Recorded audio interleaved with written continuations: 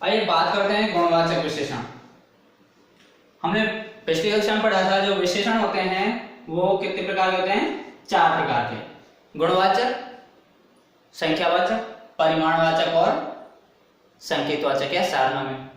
Number 1 है उसमें गुणवाचक विशेषण। जैसा कि नाम से पता चलता है, गुण जो वे शब्द जिनसे संज्ञा या सर्वनाम की रूप, रंग, गंध, स्पर्श, आकार, प्रकार, दशा, दिशा, अवस्था आदि विशेषताओं का बोध होता है, उन्हें गुणवाचक विशेषण कहते हैं।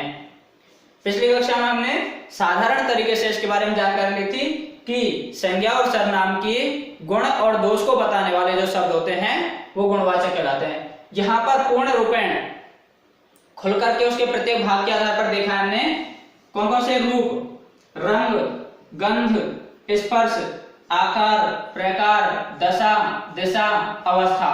ठीक, इसके अंदर सारे गुण, दोष, सारी चीजें आ गई। ठीक है, तो ऐसी विशेषताओं का जो बोध होता है वो गुणवाचक विशेषण होता है। ठीक है, जैसे देखिए सुंदर, सुंदर रूप, गोरा रूप, काला रंग, हरा पीला रंग, मोटा लंबा ठेंगना, ये क्या है? आकार प्रकार। ठीक, रोगी, ये क्या है? दशा। ठीक है, खुरदरा, मुलायम, चिकना, ये क्या है? स्पर्श। ठीक है, खुरदरा, मुलायम, चिकना। ठीक है, खुशबूदार, बदबूदार, गंध। ठीक है, अच्छा, बुरा, भला। ठीक है, ईमानदार, ये हो गए क्या? गुण। ठीक है, क्या हो गए? गुण। आगे मरियल। ठीक है, मरियल, ये क्या है? अवस्था। मरियल। ठीक है, कच्चा, पका, जला, कच्चा, पका, जला, ये क्या है? ये दशा में ही है। ठीक है, खट्टा, मीठा, है ना, स्वाद, स्वार्थी, लोभी। ठीक है, ये स्वार्थी, लोभी, ये मनुष्य की दशाएं हैं। ठीक है, या उनके गुण हैं या उनके दोष हैं। युवा, युवा क्या है? अवस्था। ठंडा, गर्म, बच्चा, पूर्वी पश्चिमी, ये पूर्वी पश्चिमी क्या है? दिशा। ठीक है, उत्तरी, बूढ़ा, बूढ़ा, ये अवस्था आदि। इस प्रकार कहने का मतलब सारे गुण और दोषों को मिला करके जो विशेषता बताई जाती है वो गुणवाचक होती है। देखिए, ईमानदार मनुष्य की हर जगह पूजा होती है। ईमानदार मनुष्य की हर जगह पूजा होती है। अब इसमें पूजा होती है। ठीक है, पूजा करना क्या है? क्रिया। ठीक है, हर जगह ये स्थानवाचक है ना। मनुष्य, मनुष्य क्या है? संज्ञा। कौन सी? जातिवाचक। ठीक है, और मनुष्य जो जातिवाचक संज्ञा है तो मनुष्य की विशेषता बताई जा रही है। कैसे मनुष्यों की? कैसे? ईमानदार। कैसे? ईमानदार। ठीक है, दिनेश अभी बच्चा है। दिनेश अभी बच्चा है। किसकी विशेषता बताइए? दिनेश की। दिनेश क्या है? व्यक्तिवाचक संज्ञा, नाम है तो व्यक्तिवाचक संज्ञा। तो दिनेश की क्या विशेषता बताइए कि वो क्या है? अभी बच्चा है। उसकी अवस्था बताइए, अवस्था कि वो कैसा, क्या है? बच्चा है। मेरा घर पूर्वी दिशा में स्थित है। मेरा घर पूर्वी दिशा में स्थित है। कौन सी दिशा में? पूर्वी दिशा में। तो मेरा विशेषण, सॉरी, मेरा सर्वनाम, मेरा घर पूर्वी दिशा में। कौन सी दिशा में है? पूर्वी दिशा में। तो दिशा हो गई। ठीक है, पूर्वी पश्चिमी ये दिशाएं हैं तो पूर्वी दिशा में। पुराने अखबार बेच देना। पुराने, बेचना तो क्रिया हो गई। ठीक है, तो अखबार क्या बेच देना? अखबार बेच देना। ठीक है, अखबार, अखबार क्या है? संज्ञा है। कौन सी? जातिवाचक। ठीक है, अब इसकी विशेषता बताइए, कैसे है वो? कैसे? कैसे मनुष्य, ईमानदार मनुष्य। कैसे अखबार, पुराने अखबार। ठीक है, तो इस प्रकार से ये गुणवाचक विशेषण होते हैं जो गुण और दोष को बताते हैं। आगे आइए,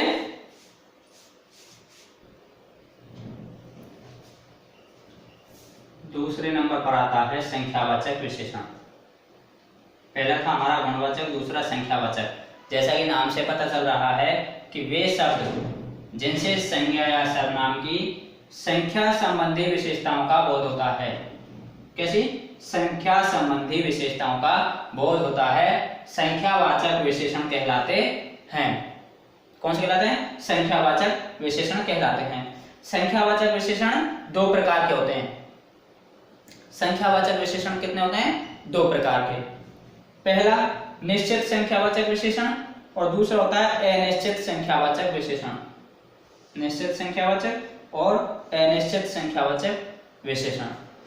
ठीक, अब देखिए इसकी परिभाषा यहां लिखी नहीं, लेकिन इसकी परिभाषा यही है जैसा कि नाम से पता चल रहा है कि निश्चित संख्यावाचक विशेषण जो शब्द संज्ञा या सर्वनाम की निश्चित संख्या संबंधी विशेषताओं को बताते हैं। कौन सी? निश्चित संख्या संबंधी विशेषताओं को बताते हैं, वो निश्चित संख्यावाचक विशेषण कहलाते हैं। अर्थात ऐसी संज्ञा, ऐसी वस्तुएं या ऐसे जिनको हम क्या गिन सकते हैं।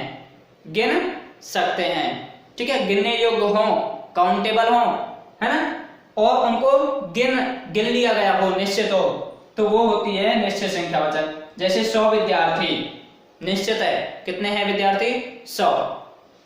2 दर्जन केले गिन सकते हैं, 2 दर्जन केले। ठीक है, 1000 घोड़े गिने हुए हैं कि 1000 हैं घोड़े। 50 गाड़ियां गिनी हुई है, काउंटिंग है, निश्चित है। 3.5, 4.5, 5.5, 5.25, 5.45, ये सब निश्चित में आएंगे क्योंकि निश्चित है। प्रथम, द्वितीय, तृतीय ये निश्चित में आते हैं। क्रम संख्या 2 गुना, 3 गुना, 4 गुना ये निश्चित में आएंगे। दूसरा, तीसरा, चौथा, ठीक है, ये निश्चित में आएंगे। 4, 5, 6, ठीक है। ये जो बहुवचन वाली संख्याएं ऐसी होती है, समुदाय मतलब एक ग्रुप वाली, ये भी निश्चित में ही आती है। अर्थात जो निश्चित होती हैं वो निश्चित संख्यावाचक में आती है और जो निश्चित नहीं होती वो अनिश्चित में आती है। कि वे शब्द जिनसे संज्ञा और सर्वनाम की अनिश्चित संख्या संबंधी विशेषताओं का पता चलता है, बोध होता है। ठीक है, अनिश्चित संख्या, वो अनिश्चित संख्या संबंधी विशेषण कहलाते हैं। जैसे सैकड़ों घर, यहाँ पे कहा था 100 विद्यार्थी गिने हुए हैं, निश्चित है 100 है विद्यार्थी, लेकिन सैकड़ों घर। दीपावली पर आग लग गई, पटाखों से आग लग गई, जैसे सैकड़ों घर जल गए, सैकड़ों घर। अब जरूरी नहीं है सैकड़ों में 100 भी हो सकते हैं, 100 के 120 भी हो सकते हैं, 80 भी हो सकते हैं, गिनती नहीं है, अंदाजा ही है, अनुमान कि सैकड़ों घर। हजारों विद्यार्थी बोर्ड पर, जैसे शैक्षिक भ्रमण पर हजारों विद्यार्थी आए थे। ठीक है, चिड़ियाघर देखने आए थे हजारों विद्यार्थी।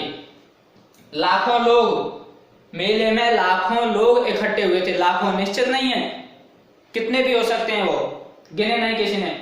2-4 छात्र, जैसे कक्षा में से 2-4 छात्र आना, ऐसे तो 2-4 छात्र निश्चित नहीं है कि 2 भी आ सकते हैं, 3 भी आ सकते हैं, 4 भी आ सकते हैं। अभी कहे कि 2 छात्र आना तो 2 ही खड़े होके आएंगे, लेकिन अभी कहें कि 2-4 छात्र तो 3 आ सकते हैं, 2 आ सकते हैं, 4 आ सकते हैं। कुछ विद्यार्थी बिल्कुल नहीं पढ़ते, अब वो पता नहीं कितने, 2 है, 4 है, 8 है, 10 है, कितने हैं पता नहीं ना, कुछ है। 101 आदमी, जब किसी संख्या के, निश्चित संख्या के साथ में 1 जोड़ दिया जाता है, मतलब 1 लगा दिया जाता है, तो वो अनिश्चित बन जाती है। जैसे कहते हैं ना, मेले में कितने आदमी आए थे, यही कोई 101 होंगे, यही कोई 1001 आदमी आए होंगे, यही कोई 150 आदमी होंगे। एक शब्द जोड़ दिया जाता है, 50 1 ऐसे, तो वो अनिश्चित बन जाती है। 2 4 8 10 10 15 ऐसे ये अनिश्चित होती है। ठीक, तो संख्यावाचक विशेषण में जो काउंटेबल नाउन होती है, काउंटेबल संख्या होती है, उनका ही प्रयोग किया जाता है। लेकिन उनमें भी जो निश्चित होती है डेफिनेट, वो निश्चित में आती है, जो इंडेफिनेट होती है, जो अनिश्चित होती है, वो किस में आती है? अनिश्चित में आती है। आगे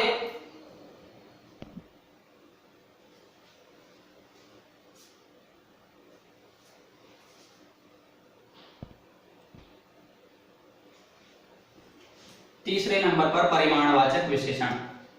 परिमाणवाचक विशेषण, ध्यान देना, परिमाण और परिणाम, विशेष ध्यान रखना, दोनों अलग अलग शब्द है। परिमाण नापतोल और परिणाम नतीजा, रिजल्ट, फल। ठीक है, इसलिए यहां पर गलत मत करना। परिमाण होता है, ठीक है। परिमाणवाचक विशेषण वे शब्द जिनसे संज्ञा या सर्वनाम की नापतोल संबंधी, कौन सी? नापतोल संबंधी विशेषताओं का बोध होता है, परिमाणवाचक विशेषण कहलाते हैं। नापतोल संबंधी परिमाणवाचक विशेषण दो प्रकार के होते हैं, ये भी वही दो प्रकार के होते हैं, संख्यावाचक भी दो थे और ये भी दो। कौन कौन से? पहला तो है निश्चित परिमाणवाचक विशेषण, निश्चित परिमाणवाचक, और दूसरा अनिश्चित परिमाणवाचक विशेषण। देखिए, वे शब्द जिनसे संज्ञा या सर्वनाम की निश्चित नापतोल संबंधी विशेषताओं का बोध होता है, वो निश्चित परिमाणवाचक होते हैं, और वे शब्द जिनसे संज्ञा सर्वनाम की अनिश्चित नापतोल संबंधी विशेषताओं का बोध होता है, वो अनिश्चित परिमाणवाचक विशेषण कहलाते हैं। देखिए, जैसे संख्यावाचक में था वैसे ही इसमें है। संख्यावाचक में केवल और केवल गिनने योग्य वस्तुएं, काउंटेबल नाउन आई थी, काउंटेबल नाउन आई थी, लेकिन इसमें काउंटेबल नहीं आएगी, इसमें जो नाप तोल से जाती हैं वही आएंगी। ठीक, जैसे निश्चित परिमाण है, निश्चित जो डेफिनेट है, 50 टन, टन एक नाप की मात्रा है, तोल की मात्रा है, तो 50 टन। 10 बीघा, ठीक है, जमीन की मात्रा है, हेक्टेयर, बीघा, ऐसे 10 बीघा निश्चित है। 500 लीटर, 500 लीटर, ठीक है, निश्चित है। 50 मीटर कपड़ा लेके आते हैं, 50 मीटर कपड़ा है ना, तो 50 मीटर क्या है? निश्चित मात्रा है। 2 किलो, जैसे 2 किलो चीनी, कुछ भी वस्तु है तो 2 किलो निश्चित मात्रा। 10 किलोमीटर, मेरा घर यहां से 10 किलोमीटर दूर है, ठीक है, तो 10 किलोमीटर निश्चित मात्रा है, तो नापतोल हो गई सब में, टन, बीघा, लीटर, मीटर, किलो, किलोमीटर, ठीक है, मिलीलीटर, ये सारी क्या चीजें हैं? हेक्टेयर, ये सब नापतोल की इकाइयां हैं, और जिसके साथ में हमने क्या लगाया है? निश्चित संख्या लगाई है। ये हो गया अनिश्चित परिमाणवाचक में। देखिए, सैकड़ों टन, यहाँ पे निश्चित है 50 टन, लेकिन यहाँ पर सैकड़ों टन, वही बात जो हमने संख्यावाचक में की थी, सैकड़ों, सैकड़ों में 80 भी हो सकता है, 90 भी हो सकता है, 110 भी हो सकता है, 97, 97 भी हो सकता है, ठीक है, सैकड़ों टन। तेल के टैंकर के पलट जाने से सैकड़ों टन तेल बह गया, ठीक है। हजारों बीघा, पानी की कमी के कारण हजारों बीघा जमीन, हजारों हेक्टेयर जमीन सूखी पड़ी है, ठीक। हजारों मण, अब की बार खेतों में हजारों मण अनाज पैदा हुआ है, ठीक है, हजारों मण, निश्चित नहीं है कितना है, हजारों। बहुत सारा, बहुत सारा, तो जैसे तेल का ड्रम उल्टा हो गया तो बहुत सारा तेल फैल गया, बहुत सारा पानी फैल गया, तो बहुत सारा निश्चित नहीं है कितना है, बहुत सारा। जरा सा, जरा सा दूध, ठीक है, बच्चे के लिए जरा सा दूध पिला दो, ठीक है, तो इस प्रकार से कम, थोड़ा, ठीक है, तो कम, थोड़ा, ये भी अनिश्चित परिमाणवाचक में आता है। गिलास में तो पानी कम है या पानी थोड़ा है है। तो इस प्रकार से निश्चित परिमाणवाचक और अनिश्चित परिमाणवाचक, जो नापतोल की वस्तु है निश्चित होती है वो निश्चित परिमाणवाचक में, और जो अनिश्चित होती है वो अनिश्चित परिमाणवाचक में। दोनों संख्यावाचक और परिमाणवाचक दोनों बिल्कुल सेम हैं, वही दोनों प्रकार होते हैं, प्रकार के नाम भी एक ही हैं, लेकिन बस यह है कि उसमें काउंटेबल नाउन होती है, संख्यावाचक होती है जो गिनने योग्य होती है, और इसमें गिनने योग्य नहीं, केवल नापतोल की ही होती है, जिनको नापतोल करके ही प्रयोग में लिया जाता है। आइए अगला देखते हैं हम। नंबर 4, संकेतवाचक या सार्वनामिक विशेषण। संकेतवाचक या सार्वनामिक विशेषण। पहला गुणवाचक पढ़ लिया, दूसरा संख्यावाचक, तीसरा परिमाणवाचक और चौथा संकेतवाचक या सार्वनामिक विशेषण। जैसा कि नाम से पता चल रहा है, संकेतवाचक या सार्वनामिक। संकेतवाचक जो शब्द संकेत करते हैं किसकी तरफ, संज्ञा या सर्वनाम की तरफ, या फिर सार्वनामिक जो सर्वनाम शब्द, ठीक है, जो सर्वनाम शब्द संज्ञा या सर्वनाम की विशेषता बताते हैं। देखिए परिभाषा के आधार पर कि वे सर्वनाम शब्द, अब से पहले हमने परिमाणवाचक में, संख्यावाचक में और गुणवाचक में हमने पढ़ा था कि वे विशेषण शब्द, लेकिन यहां पर ध्यान देना, यहां पर सर्वनाम शब्द आया है। वे सर्वनाम शब्द जो किसी संज्ञा या सर्वनाम की विशेषता बताते हैं। सर्वनाम शब्द संज्ञा या सर्वनाम की विशेषता बताएंगे, ठीक है, वो क्या कहलाएंगे, संकेतवाचक या सार्वनामिक विशेषण। जो सर्वनाम शब्द संज्ञा या सर्वनाम की विशेषता बताएंगे। कैसे बताएंगे, देखिए एक बार कि उस पंखे को यहां ले आइए, हमने सर्वनाम पढ़े थे, उसी के आधार पर ये होते हैं। उस पंखे को यहां ले आइए, इशारा कर रहा है, संकेत कर रहा है, संकेत उस पंखे को, ठीक है। दूसरी बात, पंखा क्या है, संज्ञा, पंखा क्या है, संज्ञा है, ठीक है। तो संज्ञा की तरफ इशारा कर रहा है, संज्ञा की विशेषता बता रहा है। कौन सा पंखा, उस पंखे को, ठीक है। तो इसलिए यह सार्वनामिक है। क्या यह मकान तुम्हारा है, मकान क्या है, संज्ञा है, लेकिन यह मकान संकेत, यह मकान संकेत किया जा रहा है। या फिर सार्वनामिक मतलब संज्ञा से पहले सर्वनाम आ रहा है। यह मकान की विशेषता बताइए किसने, यह ने, कि यह मकान तुम्हारा है, ठीक। रेलगाड़ी में कुछ भी खाने को नहीं मिलता, कुछ, ठीक है, रेलगाड़ी में कुछ भी खाने को नहीं मिलता। अनिश्चित क्या है, सार्वनामिक विशेषण। सर्वनाम 6 प्रकार के पढ़े थे ना, निश्चयवाचक, अनिश्चयवाचक, ऐसे, तो अनिश्चयवाचक में कुछ, ठीक है, रेलगाड़ी में कुछ भी खाने को नहीं मिलता।